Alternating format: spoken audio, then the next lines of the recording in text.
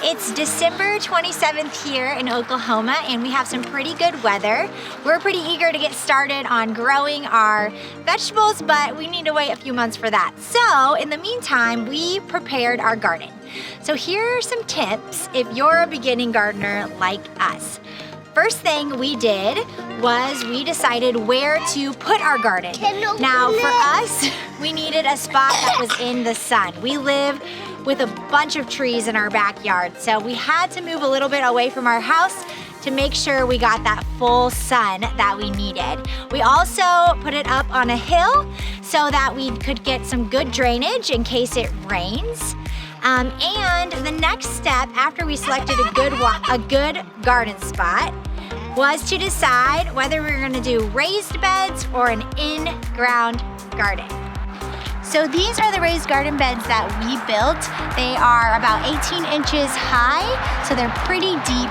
We went ahead and made raised garden beds because we are gonna live here for the foreseeable future, so we know that these are permanent, and we figure we can keep adding to it every year and make it look prettier and prettier. Also because it is a little easier with weed control. So again, we're up off the ground, we're putting a landscape fabric underneath this to control for weeds, and we can control what soil goes into the beds. Now, if you want to plant in ground, I think that's a really cost-effective way to get your garden started, and you can also do some other things for weed control, which I'll talk about in a second. But this is what we did. I think it just depends on your space, on how long you're gonna stay in your place or not. Also, if you live in an apartment or a rented house and you can't really plant in ground and you don't wanna build something, you can buy a portable planting table from Amazon. There's all kinds of neat ones. We'll link one in the show notes below. After you decide whether you're gonna do raised beds or an in-ground garden, the next step is to prepare the ground. So we actually took some time laying out where our beds were gonna be, and then we moved them over, took a pointed shovel and dug up the plot around the garden beds, and then we used just a hand tiller to till it on up. You could of course go and rent a tiller from one of your local Home Depot or Lowe's, but for the area that we're doing, a hand tiller did just fine. So after we did that, we laid down our weed control, which is just a landscaping fabric, and then we put our boxes on top of that.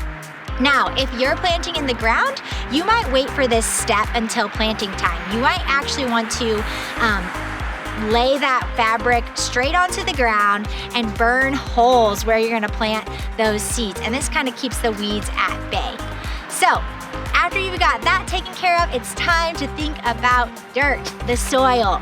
So we recommend starting with a really good mix. If it's a small garden bed, then you can probably afford to just go to your local Home Depot or garden store and get bags of soil to fill it with. I know we've linked some in our blog post related to this, and we'll link some in the show notes. But for us, since we were filling 6 garden beds this year, we decided to buy in bulk, and this saved us a lot of money actually. So we got a garden mix from our local dirt supplier.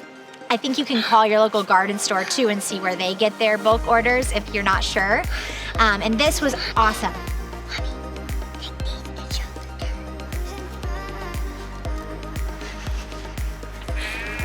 Dirt. All right, after you've got your dirt, you want to go ahead and test it, because if you're doing this in the winter, you actually have some time to make amendments to the soil. So we got a simple pH meter from our local Lowe's. You can also order it on Amazon. I'll put the link below. And we just tested our boxes of soil. You want the range, your pH range, to ideally be between 6 and 7. If it's not there, you can add amendments to the soil. We're obviously fairly new gardeners and homesteaders, so if you have any more ideas of how you prepare for your veggie garden in the winter, we would love to hear them in the comments below. And until next time, happy growing.